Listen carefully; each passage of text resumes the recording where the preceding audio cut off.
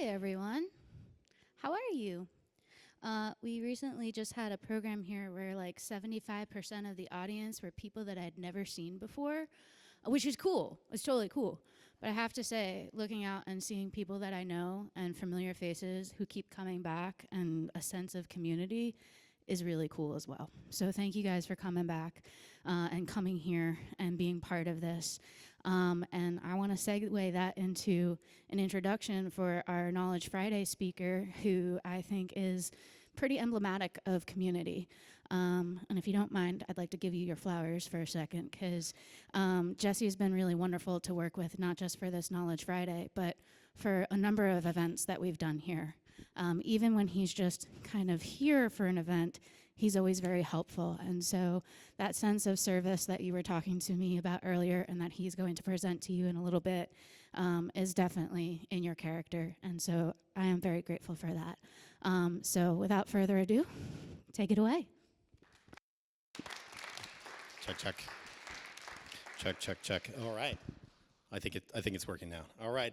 Welcome, everyone. Thank you so much for that introduction.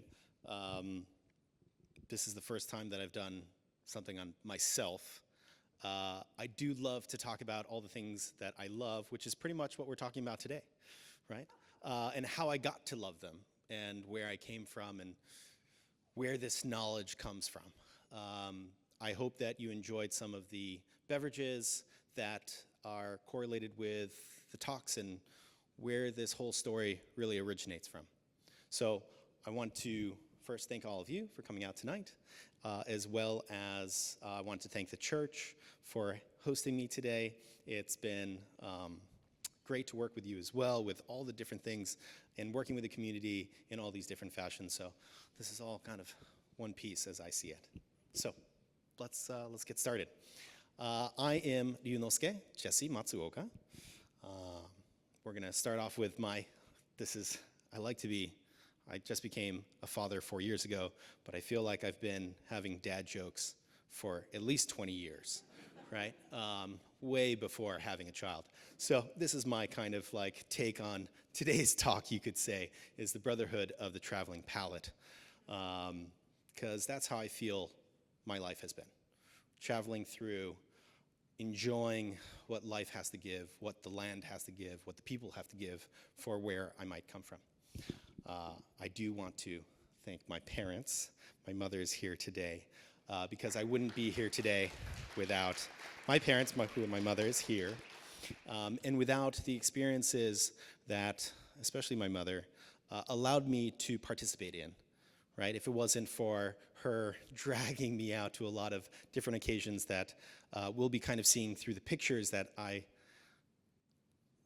thankfully got to kind of sort through, right? So for this event, I had to find pictures of prior events, and then I sifted through probably hundreds, if not a couple thousand pictures, because that's still my generation, right? Unfortunately, my son won't be sifting through pictures. He'll be flipping through pictures, right? But there's something to that physicality of touching pictures that was truly enjoying. And I got to see, where I came from again and all this wonderful history. So I want to share that with you tonight. So the journey through flavor, friendship, and fermentation. Funny thing is, ChatGPT came up with that. I was like, okay, it knows me a little too well. Yeah, that's a little scary, but fun at the same time. So here we go. The beginning. Iwatora Catering.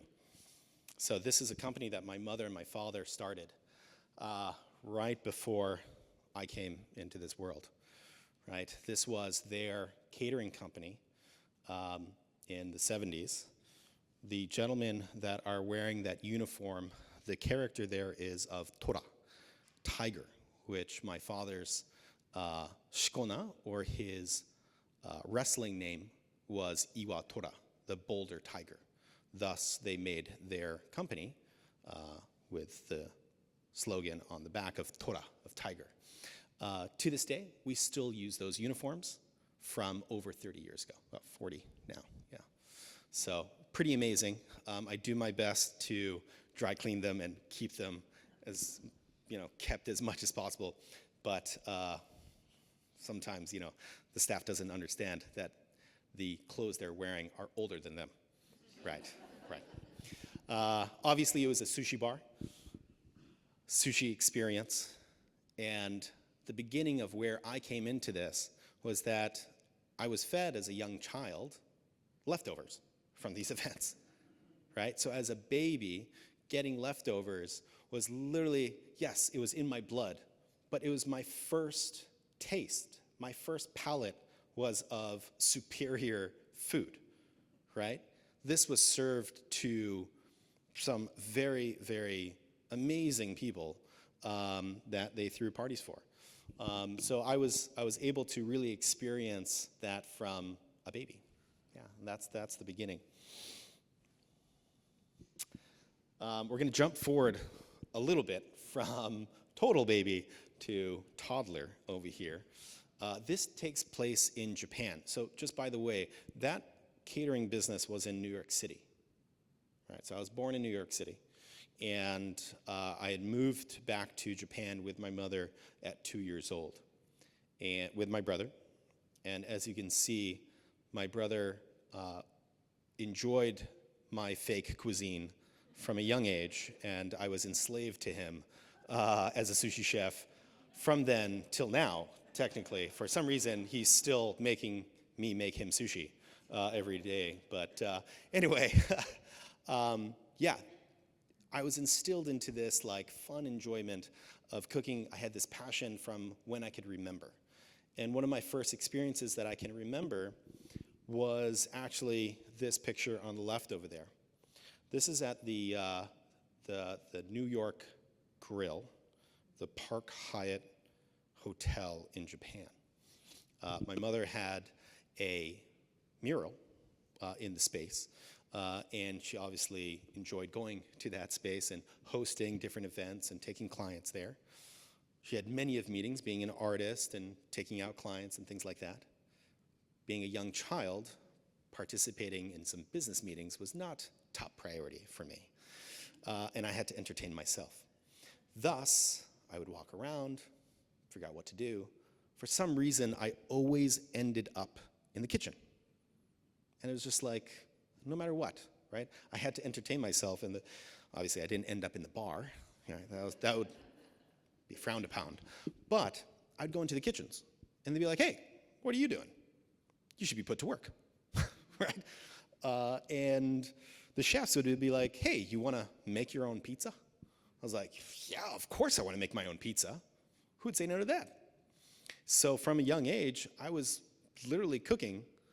I don't even know how old I was at this point, 5, 6, 9th birthday party. There we go. See, thank you, Mom, who's here to remind me of the exact date. But these were the type of experiences that I would start off with, right, just as a young child. And that led to a lot of other experiences. My mother is an artist. Being in Japan, she focused in on specifically 2 different amazing arts, the art of sumo and the performing arts of kabuki. So I was introduced into this beautiful world, multiple worlds, totally dynamically different, right? And let's just, talk about sumo here, right? I would be waiting for my mother as she would take her time to paint these amazing wrestlers. And usually after practice, and to go to a practice alone is very rare, right? You have to be invited. People pay big money now to be actually accepted into practices and things like that, where it was just a norm, what I felt to me, as to go. And I didn't realize until later on what an experience that was that not only my mother was doing, but allowed me as a young child, and, to be experiencing something like eating chanko-nabe. So chanko-nabe is the sumo wrestler's lunch, right? It's the cuisine of sumo wrestlers. It's what's called the kitchen sink recipe. Yeah. It's a big pot, about yay big, right? And it includes everything. So starches is going to be noodles, and they'll usually pour that product over rice, right? So noodles and rice. It has every vegetable known to man, every meat, right? There's bacon, beef, pork, chicken, shrimp, salmon, seafood. I mean, it was literally the kitchen sink, right? And then along that, there's the smorgasbord. The table would usually be about 25 feet, about 4 or 5 feet wide. There would never be any inch of clearance on that table. There's so many plates. The only plate, or the only area that was empty, was where you'd put your own plate to consume down, right? Which is usually a bowl. But everything else, there was pickles, fermented products, natto, which is fermented soybean, which is the healthiest food on earth, by the way, I'll get into that later. And these sumo wrestlers and their diet of usually 10,000 calories a day, right? That's the usual diet for a sumo wrestler. And me being this little squat, right, would just watch in awe as these giants in front of me, right? I was this big. And these guys were, average 450, 500 pounds. There's Konishiki over there in the middle bottom picture. He was 625, 650, 680, my mother says. Yeah, 680 is his top weight. Yeah. So, I mean, I actually remembered Konishiki coming over and asking me to give him a massage as he laid down, and I would do laps on his back. I was running in a circle. I could run and take a turn and run on his back, right?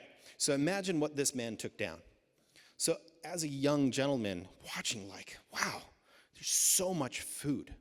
There's just so much, and they're enjoying it so much, right? This wasn't, the old school of making foie gras, right? They weren't like with a tube down their throat.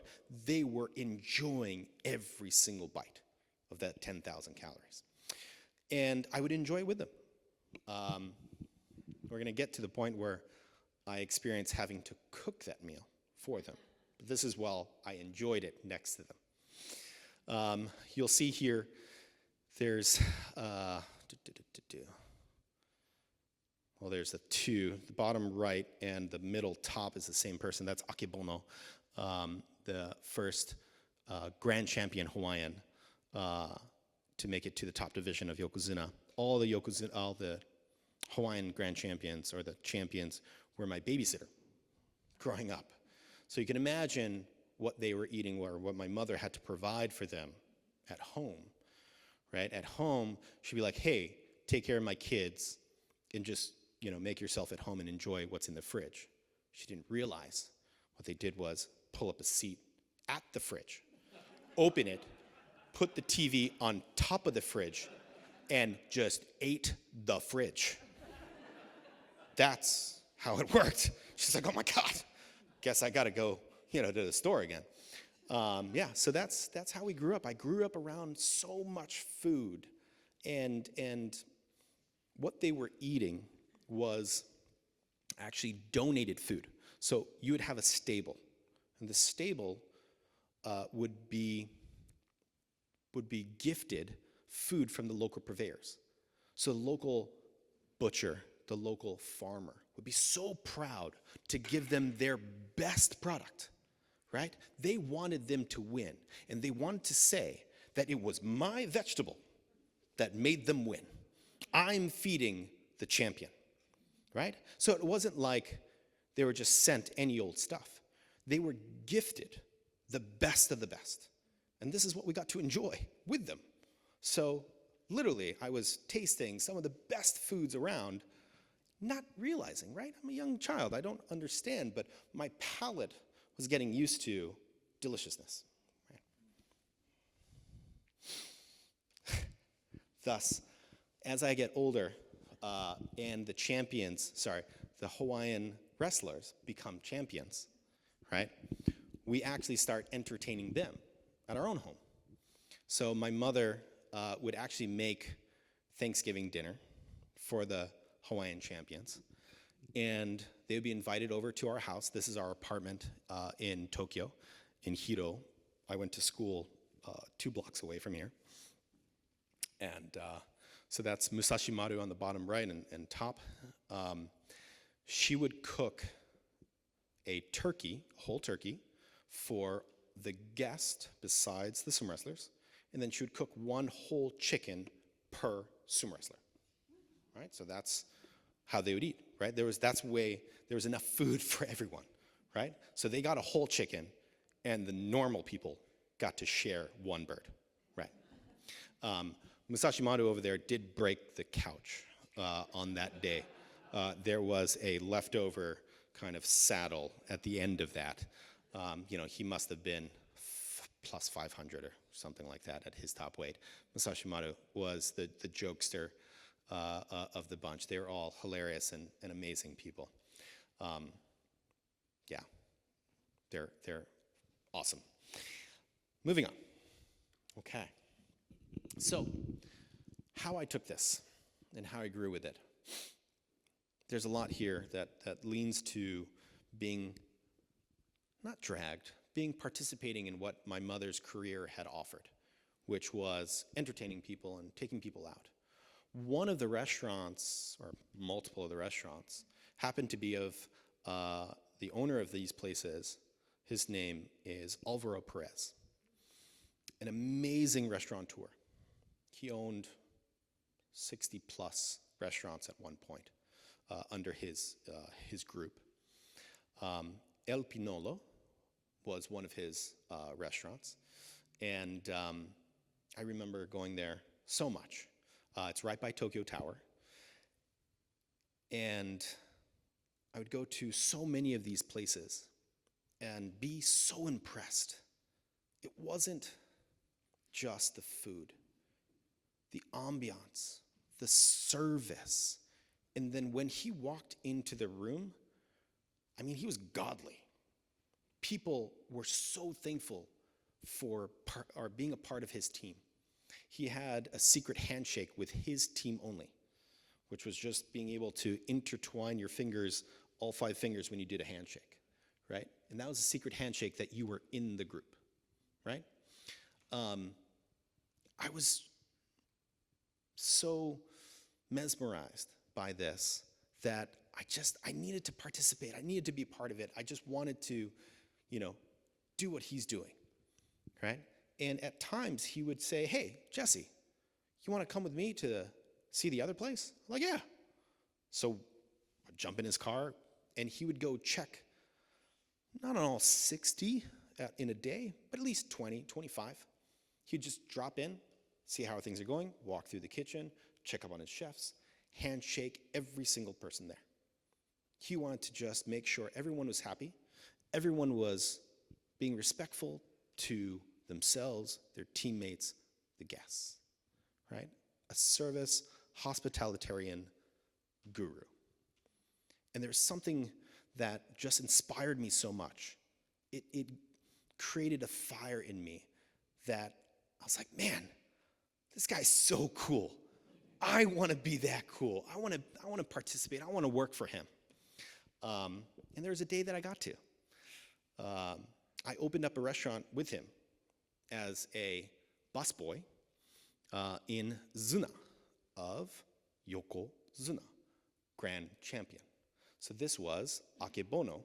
This was the Hawaiian Grand Champions restaurant that partnered with Alvaro Perez and then opened up Zuna. So I was part of the opening team. This was my first real job, working with the whole team. I also got to go with Alvaro. He would travel to hospitality and service universities. And they have a lot of these in Japan. We don't have too many. I think we have one in America, which is too bad, right? They have dozens of them in Japan. It's all about hospitality. It's all about service. And he would speak on a panel of a couple of people in front of 400 university students. And it was amazing. By the end of his speech, he got 100% participation to sign up to work in his business. 100%. There was never a time that no one else wanted to work for him. He's amazing. And this is the person that was like, how do I become you, right? I'm going to take a portion out because long story short, there was a day that he had offered that I could fully participate with him. And that was for him to adopt me. And I was like, okay, what does that mean? He's like, well, I come from a background where family is everything. You can leave your family, because I had not met my father at that time, right?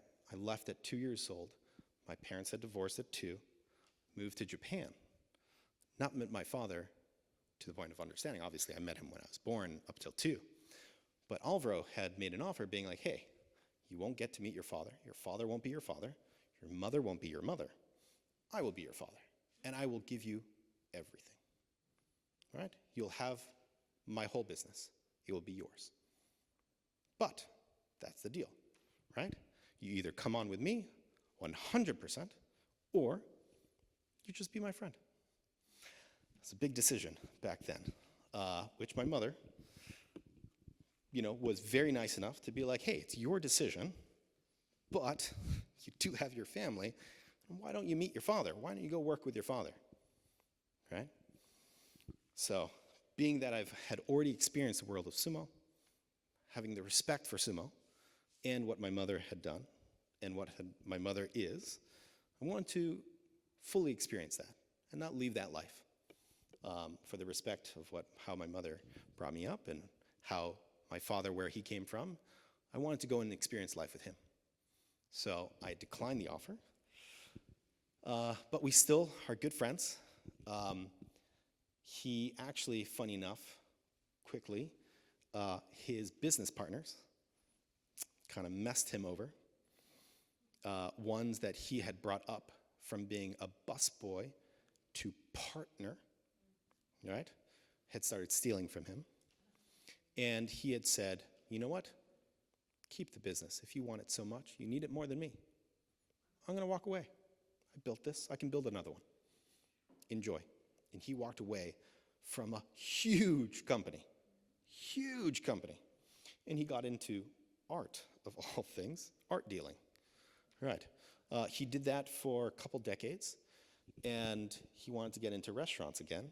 He just opened a sushi restaurant in Miami, maybe less than a year ago. Within 3 months, it received its first Michelin star. Yeah, wow. Yeah, he's been out of the game for 2 decades. He got into it just for the hell of it, Michelin star. So obviously he knows what he's doing. And this was one of my first mentors, right? Passion for food, cuisine, beverage, you name it. If you're going to do something, put your best foot forward, right? Inspire your team, inspire your customers, inspire your guests, right? Do everything that you can in your power. Why not, right? That's the way he said it. We then moved from Japan to Hawaii. I was honored that my mother loved Hawaii so much because at a certain point in our lives in Japan, actually, when I was born, my parents would vacation in Japan.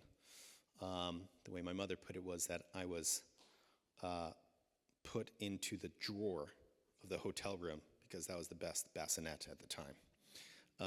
So the Kaimana Beach Hotel was where I was raised in a drawer. And my son's middle name is Kaimana now. to connect all that to it. But I danced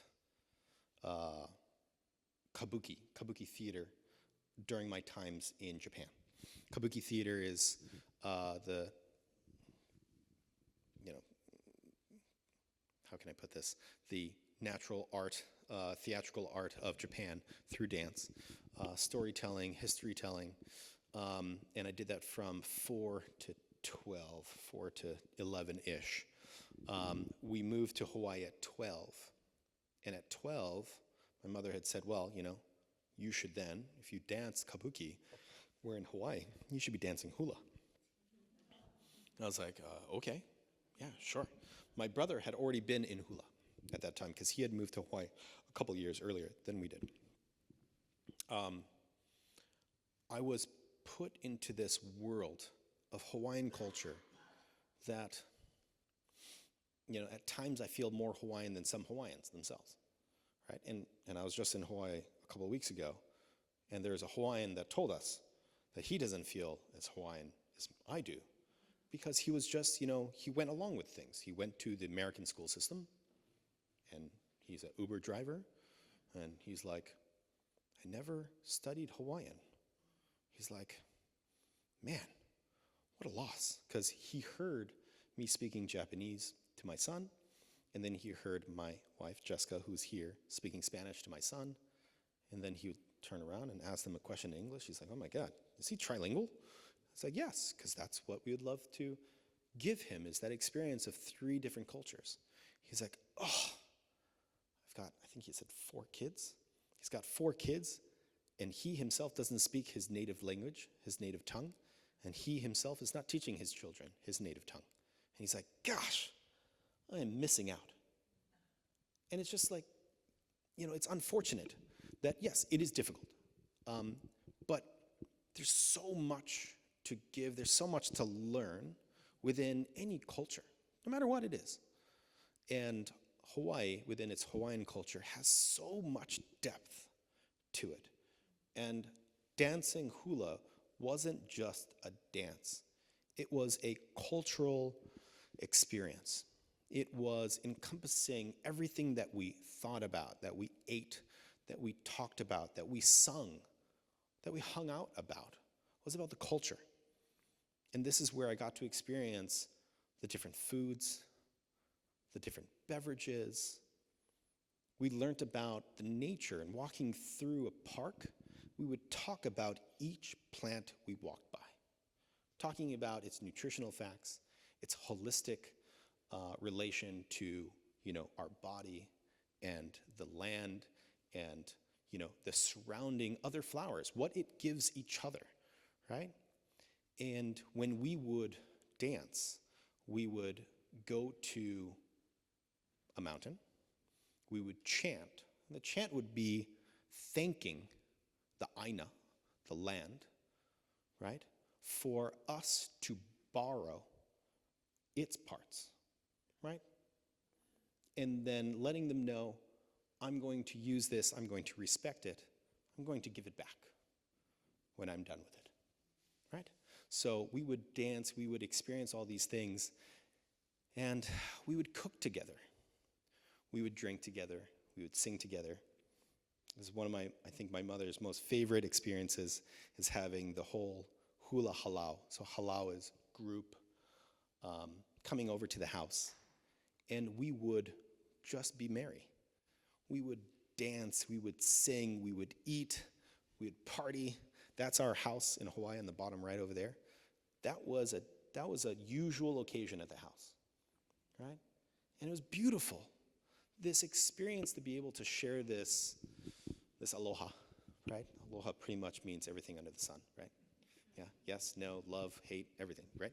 So this aloha was a way of experiencing a culture that is not just, your commercial hula dance, your lei at the airport. This is true culture. And I connected to it because I was encompassed into the world of Japan through sumo, kabuki, and all the experiences that my mother, thankfully, somehow I was cornered, dragged, pushed into, and then I get to express it. I was just there last week. The gentleman, top right, red shirt, middle left, are my two kumu hula teachers.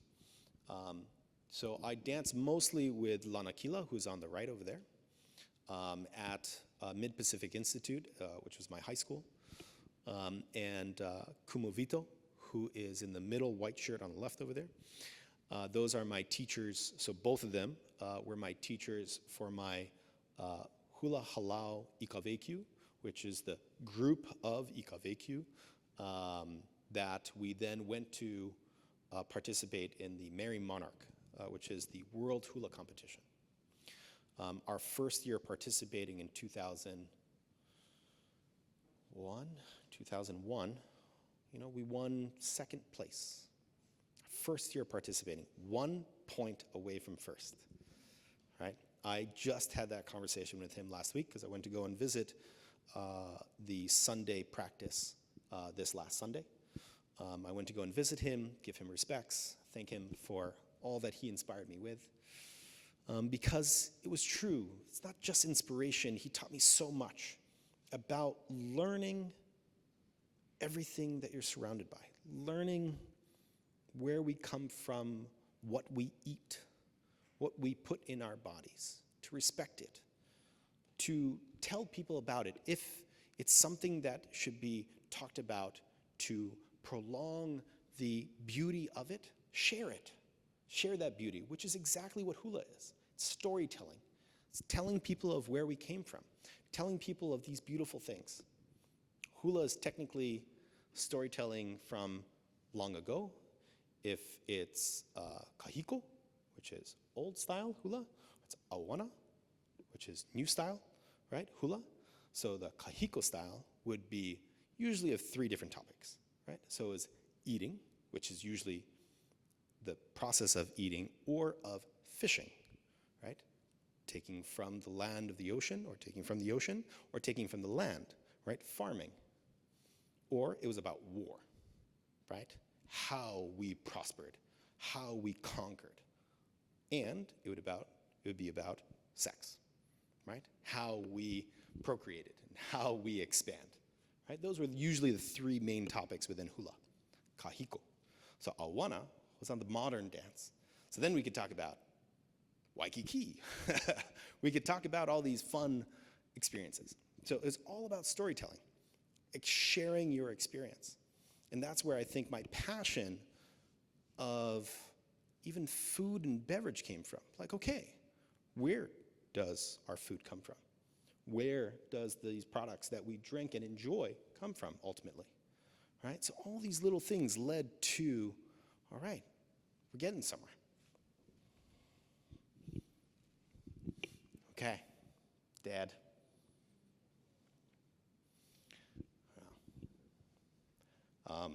Sorry, get a little emotional.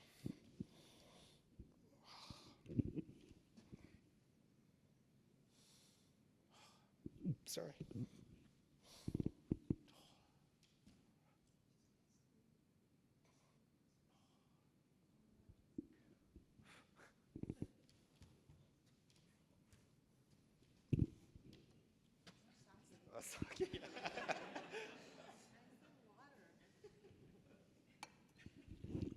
Okay, got this.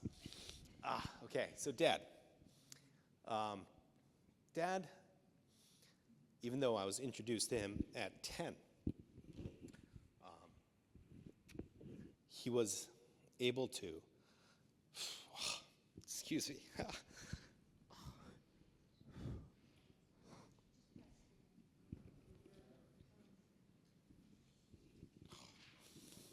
Sorry.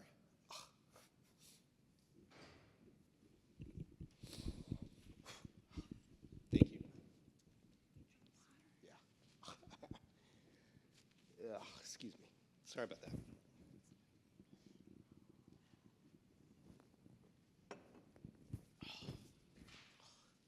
Maybe not. I can look at the screen. There we go. That's going to help. All right. So, Thank you very much. All right, here we go. There we go. All right. Compose yourself, Jesse. Just, yeah, exactly. There we go. Now I got enough tissues. Okay. So I'm going to look this way. I'm going to look at all of you. Yeah. Yeah, there we go. Let's change the slide. There we go. Okay, perfect. Okay. So Dad was a big part of my life, as you can tell. I was able to learn so much, meet him, right, at the age of 10, and go through what some would call even torture at times, which I felt was the time of my life, right? At 10, I got to meet my father. He came to Japan, and we met him in some, park or something like that, like a carnival park or something. And he had said, hey, by the way, I have this place. It's actually by your mother's house. It's in a small town called Sag Harbor.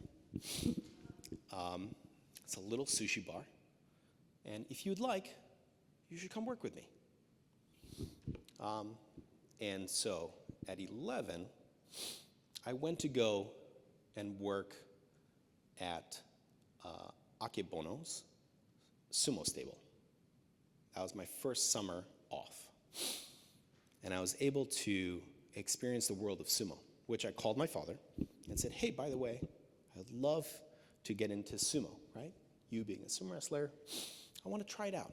And he had said, you are more than welcome, to try it out. I will support you 100%. And if you want to get into it 100%, I will shut down my restaurant. I'll come out and I'll train you myself. As you can see, I got the genes from my mother's side. Yeah. Even though lately I feel like I'm getting a little bit of a sumo belly. Yeah, I don't know what's going on there. I didn't even last the whole summer. I had called my mother, crying, saying, please take me home. I can't take this. It was so intense. I would have to cook for them, which wasn't the hardest of bits, but it was pretty hard. My day would start off by waking up, and then I would have to clean and put away all of the sumo wrestlers' beds, the tatamis and things like that, right? I had to put away their beds. I had to clean up the space. A usual bedroom was like this, right? Where you had about 30 to 35 sumo wrestlers, right? 30 to 35 people at 400 plus pounds, sleeping in one room. And usually when you're overweight, you snore.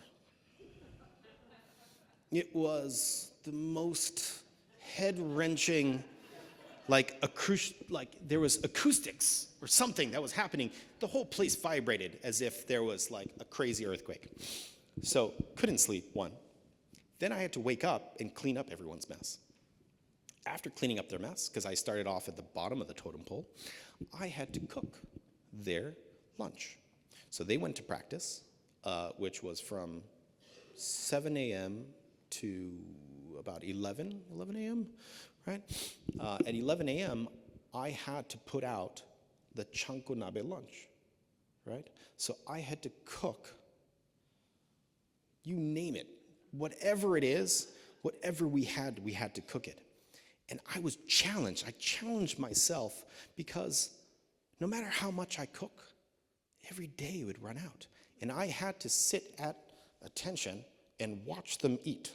Because if their bowl of rice, if the bowl was this big, I would have to do the mountain of rice like 6 inches higher than the lip of the bowl of rice. They would finish that and then ask for okawari, which is, I want another round of rice, right? So if you're dealing with 30 guys, I was constantly running, waiting, at attention, fill up their rice, fill up their bowl, whatever it is, and I would be staring at the food. I'm like, oh my God, there's nothing left for me to eat because I would be allowed to eat the leftovers.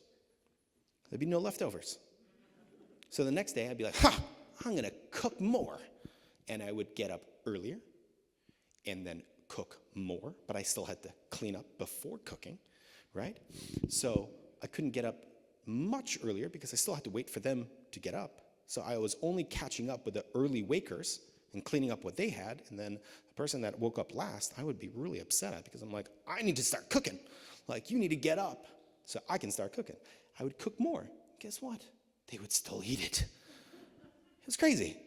No matter how much I cooked, they would finish it, right? So I always had to cook.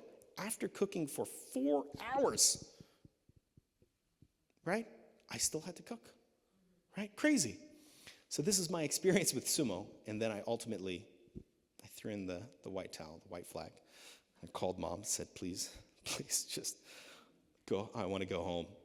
I'm going to go work with dad at his restaurant, right? So the following summer, I went to Sag Harbor, and I experienced working at Sen.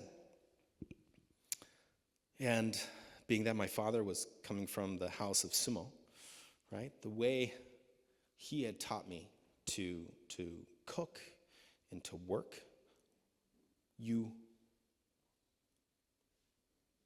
live to work. It's his mentality, right? Work is everything, right? Work is passion. Work is dedication. Work is noble. If you are not working, his favorite word, you are lazy. Ooh, the word lazy was like deadly, right? If he ever told you that you were lazy, the way he even said it, you're lazy. Like, oh my God, I must harikiri myself, right? I must take my life if I am lazy, right? So I did grow fond of the animal from Costa Rica. What is the sloth? Because the name of the sloth is namakemono, which is the lazy one. I just love the sloth because it would remind me of my father, right? Of who he would say is the worst thing on earth. So I was taught, you come into work, you work. If you break, guess what we do on our break?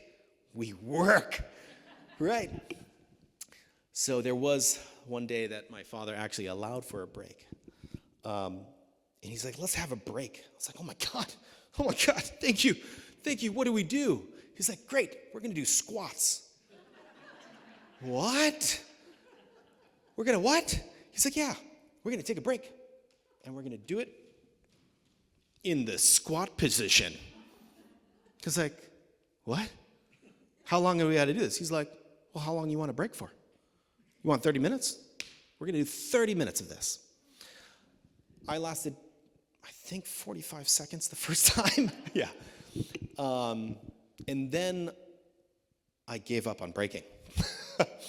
I said, no, Dad, I'm good on breaks. Let's just work, right? But work was, so the mornings were about rice, right? We washed rice 45 minutes every day of washing rice. And it couldn't be warm water. It has to be freezing water, right? So I had my hands in freezing water the first 45 minutes of every single day. And there was something about it, yes. It was painful, hated it. But I have such respect for it right now. I have such respect for rice in general right now. And what makes delicious rice is washing off the starch of that rice. The difference between washing off rice for 45 seconds or 8 minutes makes a huge difference, right? And something as simple as that, right? Being a young person at 12 years old, right? I did try and challenge my father. And I said, hey, Instead of 8 minutes, let's do 1 minute. Let's taste the difference. He said, fine, but it's coming out of your paycheck. Like, okay. Challenge done. And after cooking it, I was literally like, wow, I want to do 8 minutes because this tastes like crap, right? And it's just something as simple as washing the rice that I started connecting the dots, right, between Alvaro Perez, right, his passion, his dedication to the craft.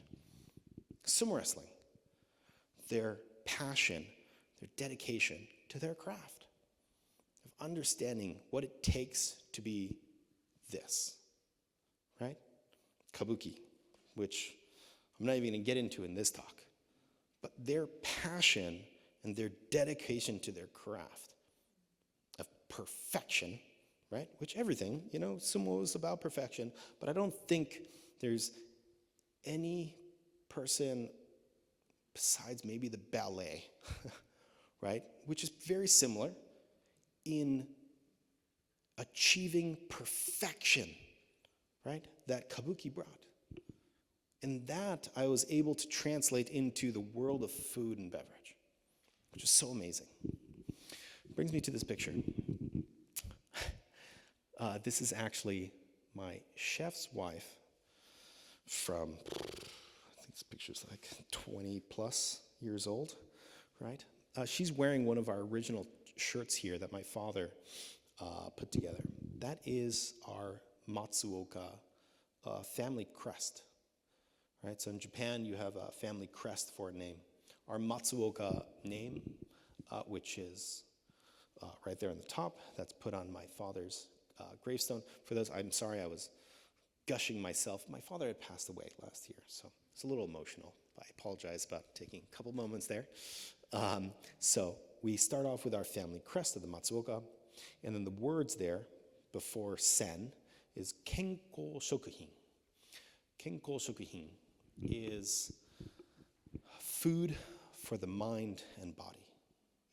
That was literally what my father's motto was from the beginning.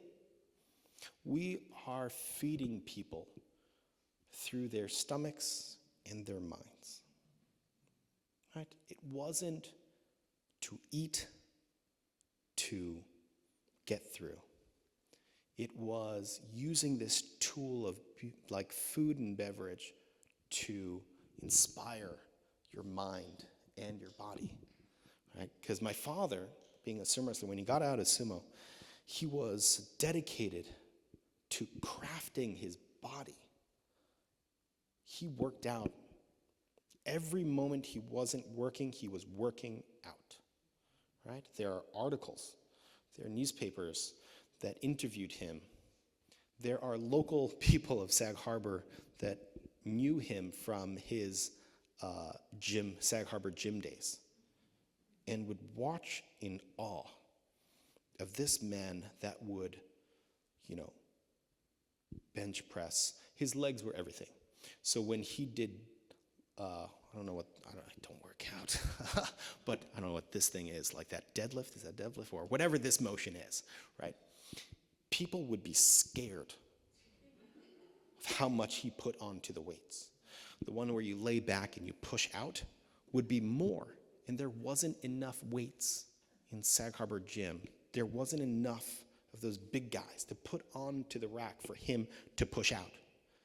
So he had to construct something heavier than the dumbbell weight to put on so he could work out on that. People were like, this is amazing, right? And he would do that in between working an 18-hour day, by the way, right? So this was the man that I looked up to, that was my mentor, and also my, scariest person to upset. But he was the kindest of souls, right? He was a teddy bear. He just happened to be a teddy bear with this much muscle, right? Muscle shouldn't be intimidating, right? The person could be. That's why he was amazing. And he inspired me to learn my craft, right? He would give so much to our earlier clients of Sen. He would make all these huge platters, give them away, because he was that kind of person. He wanted to give. He wanted to make people feel good and fill them through their stomachs and their souls. Now, that didn't work as a business, right? So we did have Jeff Resnick as our partner, and he would be there on the sideline being like, how are we going to pay for the lights if the food doesn't even pay for itself? He's like, we'll work it out. You're the numbers guy. I'm the food guy. So because of that dynamic, like my brother and I came into the equation, right? To kind of balance a little bit of both. You know, we're not here to rip people off. We got to be able to pay for the lights, pay for the insurance, pay for our rent. But let's give the best of quality, right? Let's stick up to where we came from and how we give our product. And that's really the start of what transpired in my earlier days into what was me, what was my family offering.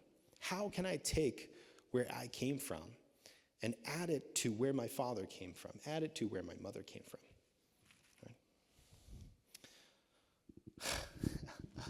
Right?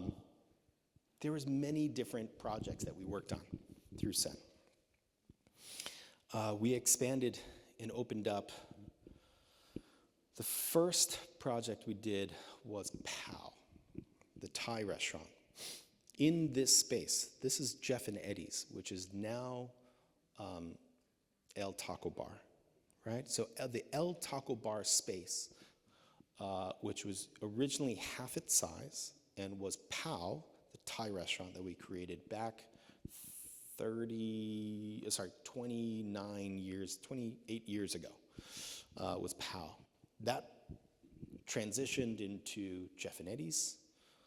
Jeff and Eddie's had like 4 different renditions, including Jeff and Eddie's Seafood, Jeff and Eddie's Steakhouse, Jeff and Eddie's all kinds of things. Jeff being Jeff Resnick, our previous partner, and Eddie Burke that owns the building. But like Jeff and Eddie's Seafood, I got to participate in building these locations. And when you put your heart and soul into something, you participate in creating the menu. What you're seeing here on the left side is actually we had a little fishmonger retail side in the restaurant. So as you enter the left side, there's a retail side. If you enter the right side, there's the restaurant that wrapped around. But we got to try so many different things. And doing things, it was like so much fun to learn about something. Hey, we're going to do seafood. Great, let's learn about seafood. Let's go to our own wholesalers, right? We have been using Gosman's for 30 years. And we would go to Gosman's and talk about, hey, what sells? Teach me about what works well. You know, who comes into your port and introduce me to your fishermen. Like, we want to represent them. And that passion translated into a dedication to finding out how we can participate in the community of the local bounty that we ultimately have that nobody's utilizing. Why isn't this place using the local fishermen? Why isn't this place using the local farm? Why isn't this place using, the local beverage products? And it just, back a while ago, it didn't make sense. Now, unfortunately, because these days, right, the monopolized large companies does make sense because the small guys can't compete. I get it now. Back then, why? It made no sense. It was the same cost between finding the big guy in town that could provide, 2,000 products versus Cromer's down the street that could provide 20 products, right? Let's use Cromer's, right? Let's get the local butcher. Why use the guy from Jersey or California, right? Let's use the local guy. So that's where we started off with Jeff and Eddie's. So, okay. Then there's the relationships that our team would have. Our team would be, worldly. We'd be bringing in all kinds of people from around the world, local faces, we'd have staff members that are third generation, fourth generation from Sag Harbor, right? We currently, I'm very close to having our staff have, right? We actually do have staff members that have started with us and their children now work with us, right? It's the relationships that we garnished through these years that I got to get introduced through so many different things. And that's such a beautiful thing. Local bounty, right? Being able to understand what we can get right in our backyard, right? This is Montauk, obviously, catching a beautiful striped bass. People don't realize, how beautiful, how delicious these products are. Being able to go out for a day, get these products, bring them back, and share it with our community. Not only the product, but I think more importantly, the story that, by the way, we have this in our backyard. I think that's that connection. People are like, what? And then I bring this story out to New York City, to Japan, right? Everyone's like, wow, you get this in your town? I'm like, yeah. How beautiful is that? And that's where I think the start of our passion really started, to be able to share the story of what we have here. Because I was so proud of where I came from, whether it was Japan or Hawaii, and what they had to offer. Now I was in another location, and now it became a goal, a striving, drive to be able to tell people, to showcase to people, the customers that come and visit us in Sag Harbor, that guess what? This is from here, right? Being proud of that and making even our team be proud of that this is where we get these products. And be proud of whatever we serve. These are some scratch notes, which I love to just show how terrible my handwriting is. When I was like 21, 22, I took a summer, went to Japan, and took a stage.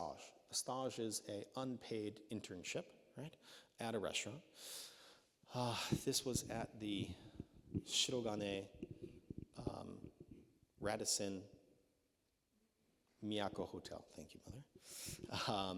I took the winter, right, because it's dead in the winter. I could take time and work, learn, get inspired at this restaurant in Japan.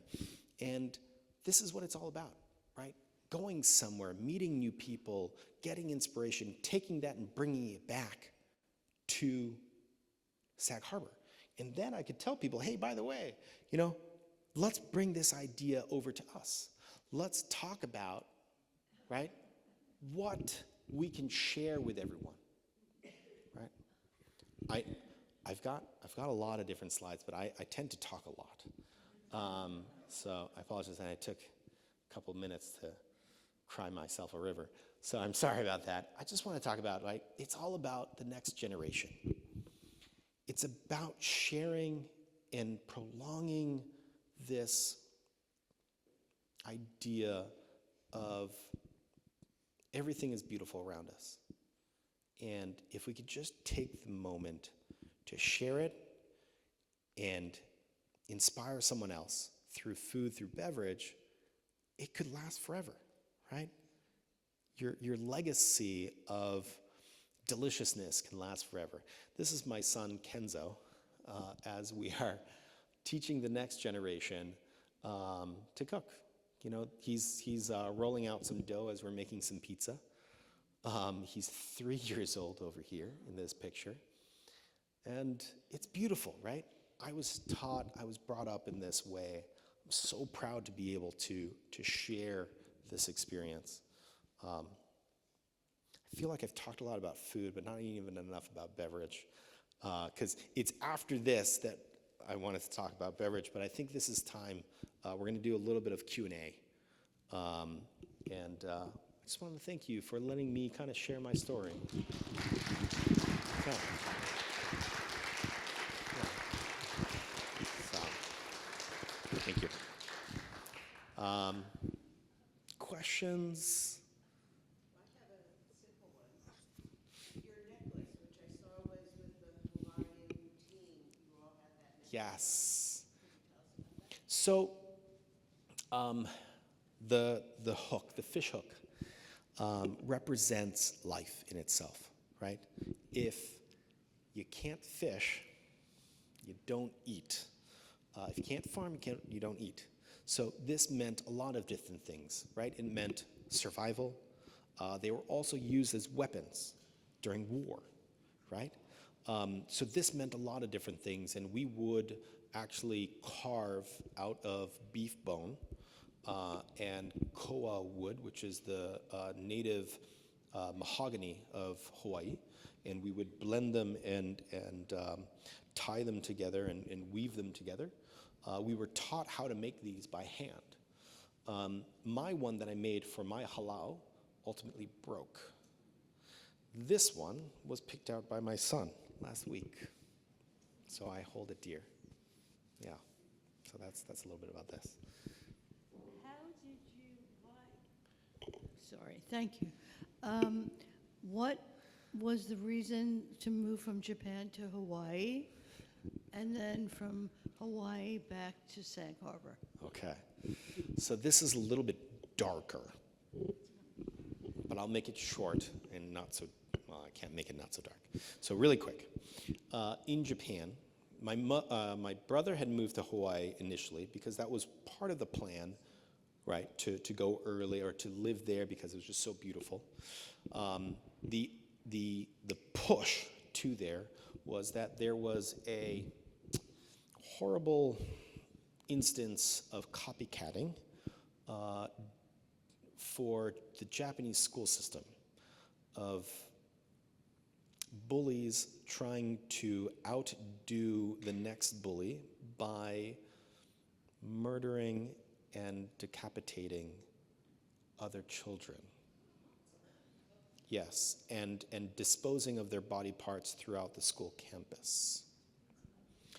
It was a horrible situation, and it wasn't centralized in one city. What happened was the news announced it, and it pushed other bullies to then try and outdo the other one, and it happened in multiple cities, one after the other after the other. My mother was like, hell with that, I'm pulling you out of the school system, we're moving to Hawaii. Made sense. I didn't want to be, mutilated. Even though I felt I was pretty friendly with the bullies to like, hey buddy, you don't need to do it. So that was Japan to Hawaii. Hawaii to New York, I started working at Sen at the age of 12. Don't repeat that to any officials, right? But at 12, I started to summer. I'm not going to say summer vacation because it wasn't a vacation, right? People call vacations when you don't work every single day. So I would summer in the Hamptons, which just sounds too bougie, and work every single day at Sen since 12. Going back to Hawaii and just wanting to get back to Sag Harbor, to the point where at 17, I found out that you don't have to go to school. I was like, Mom, when you didn't tell me about this, you could get your GED and pass a high school diploma and go to work. And I was like, I'm gonna drop out of school. I'm gonna get my GED and go work. That was my passion. I was like, great. So I went to my teacher, I was like, what's all this about a GED? Can I get the test? She's like, yeah, sure. Take the test. If you know everything, you can pass and get your high school diploma. I was like, let's do it. I did it the next week, got it, moved to New York. And I was like, yeah. It's like, well, why are we going to school, right? You should be working. Thus my father's, smashing into my head. Work! Who needs school? All right. Thank you so much for this, and no one minded your expression of A little loss. breakdown. Sorry. No one minded that. We've all been there. And I have two things to say. One is that I just want to thank you so much, not only for this talk, but for being an extraordinary community participant here. You are one of the most generous. Thank you. Thank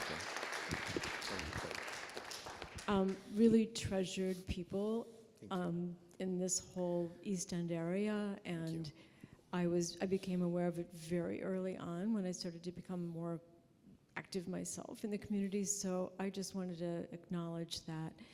And since you didn't have enough time to get into your sake sommelier Yes. thing, maybe you'd just like to say a few words about it, because I think it's fascinating, and I'm sure it's just as complex. This delightful taste of sake that I have with me at the moment, thanks to you, has like an amazing complexity. It's floral. It's got very little spice, but it has this kind of floral levity to it that's like absolutely wonderful. So tell us a few things. Yes. So the extreme shortened version of my experience within the sake world is that I was inspired by another local person. He lives in Wainscott. He was a wine rep that happened to have sake on his roster to sell, Christian Troy. And he would come to Sen and be like, hey, I have this wine, but guess what? You're a Japanese restaurant, I have some sake.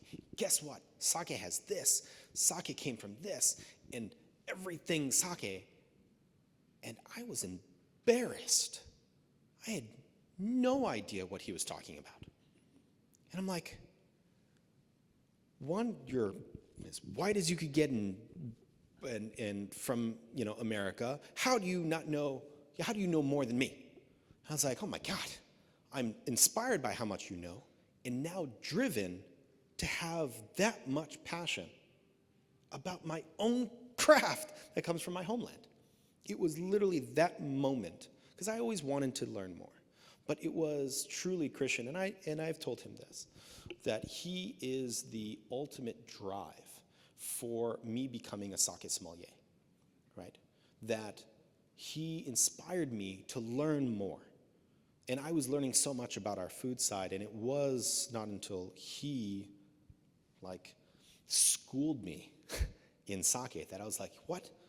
I want to tell people about sake as much as you've just inspired me about it. And I went on this journey, ultimately learning what we could get our hands on at that point, which was nothing, right? You could get no writing. I could get things from Japan. There's nothing in America at that time. So the only thing for me to do was go to Japan, right? So I would go to Japan, visit breweries. It came to the point where now I bring people to Japan and bring them to these breweries to be inspired and to learn about this craft and to understand it. The schooling system for becoming an advisor of sake and then ultimately becoming a sommelier of sake started in California. It only came to the East Coast, to New York, about 10 years ago, just about 10 years ago. I took the second available class that came into New York. So I became the first sommelier of Long Island, because the first person that took the class was from New York City. I was the second person to take the class, because I was like, I need to know about this. So I became the first person in Long Island to become a sake sommelier and to educate people on this product, ultimately landing me to found the American Sake Association.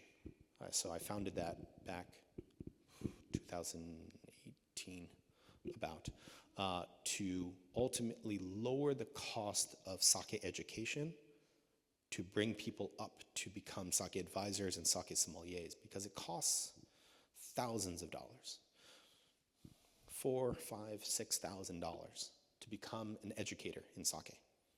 And my company now brings that to 0, right? So we give out grants and scholarships to become sake advisors, sake educators.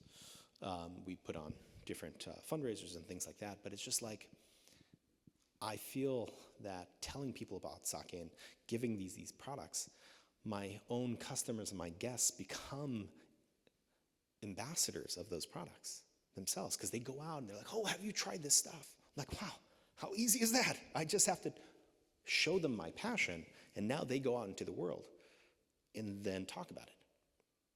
You know, if I could get somebody that's ultimately super passionate about it, that wants to educate people, but then they can't afford the class to learn about it, that's a horrible situation. So that was the inspiration to ultimately create this business to lower the cost down to 0. You know, that's the kind of short version of it. I'm literally friends with so many sake brewers. I helped open up the sake brewery in Brooklyn Kura. I've made sake with them. My first lovely trips with my wife to Japan, including so many sake nights, some that I don't think we remember because we had so much fun. But you know, sake is a tool of social gathering, right? It was meant to bring people together. And that's what I think is so inspirational, that ultimately the carafes that certain towns make replicate the calling of the bird of that town. So when you pour out the sake, the whistle from the carafe itself that is shaped like the bird of that town will make the calling call of that bird, right? It's something so amazing. The pottery that goes behind sake has this. There are cups of sake that are shaped like a cone with a hole on the bottom, because what you don't want is you don't want people to stop drinking. So if you were to let your finger go or put it down, it's going to spill. It's cone-shaped, so if you were to put it down and it still has something in it, it's going to fall and you're going to spill your product. You don't want to be the person at the party to spill your product. But if you have an empty cup, it's the host's responsibility to fill your cup. So it is dishonorable to have anyone at a party that has an empty cup. So it's this vicious cycle of you're trying to finish and the host keeps on filling, trying to finish, the host keeps on filling, and then you're having a good time. Right? So there's so many things, there's so many layers to sake that are not just about the history, which sake has the second longest history behind wine. Right? Wine has about 4,000 years of history. Sake has about 2,300 years of history. I mean, we won't even get into how they first made sake, because it's pretty disgusting. Let's skip that part, because you're going to have to come back for that one. But it's about sharing these stories and sharing everything that I think is so beautiful. Sorry, I think I took a little too long on that one, but we'll come. I'm curious, when you were in Japan and in Hawaii, how was your education? What sort of schooling were you doing, etc.? This is a fun one. The best description I like to make is that the Japanese school system, our books, this is the biggest surprise to me. My backpack, or what they call randoseru, which I don't understand, it's an American word, but it would mean land cell, but that's what backpack is. Our books were so thin for each category, whether it was mathematics, history, or whatever. The books were this thin. And we could have 6 or 7 different categories of classes in our backpack, and it would be light. I came to America, went to the American school system, and one book was this big. And I learned more with this than that, but I still had to carry 6 of these, right, in my backpack, right, walking to school like this. And it was this style of education that just made more sense. I don't know I can't put my finger on it, but there was a inspiring style of education, even though a lot of students went to juku in Japan, which is after-school programs. So it's after-school programs. And these were to educate or to help the student do their homework. So there was a person or a teacher that actually worked side by side with them to have them understand their homework and did it with them. Never did it for them, big difference. Never did it for them. Worked with them for them to understand their homework and to understand what their teacher was trying to explain. So yes, that might have been a portion of it, but I think only about, actually, I mean, it's pretty big. It's probably about 40–50% of students go to juku, go to after-school school, right? Which is about additional 2 hours, right? Yes. So there's another part that my wife brings up, right? We would, well, to talk about the subject at hand, we would help for lunch. We would distribute the food to all the students. So the students fed the students, right? We wouldn't cook the food. Sometimes we would cook the food, but then we would strolled in like a pot of food, and then we would pass it along to each student. So we were the lunch lady, you could say, right? And it took honor to the team that cooked this. We understood what was in our food and how it was cooked and where it came from. We talked about which farm it came from, what products we used. An underlying funny part of this is that I did not like seafood when I was little. When I lived in Japan, I did not eat seafood. Yeah, very funny. To the point where I think I really upset my mother. My mother brought me out to a unagi restaurant, an eel restaurant. All they served was eel. And I hated, guess what? Eel. So when we were served eel, my mother had mentioned, Jesse, you've eaten all of your eel. I'm so proud of you. Which my brother threw me under the bus, because in Japan you sit on a pillow, right? And this pillow was getting taller and taller. And my brother was like, Jesse, have you grown lately? You look so tall today. I feel like you've grown in the last hour or so. What are you eating? I said, nothing, Tora. Tora's my brother's name. And then later on, it wasn't until we left that I told my mother that yes, I was stuffing my eel under my pillow the whole night. Thus, I never had anything in my bowl. I think my mother had to call the restaurant and apologize for ruining the tatami, which is the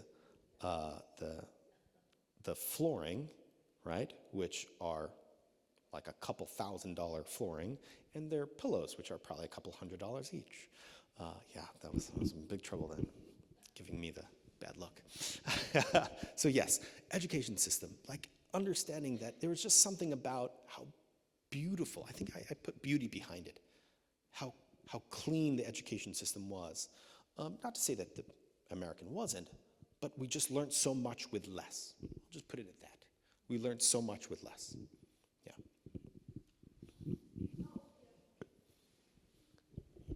How old do you have to be to work at Sen?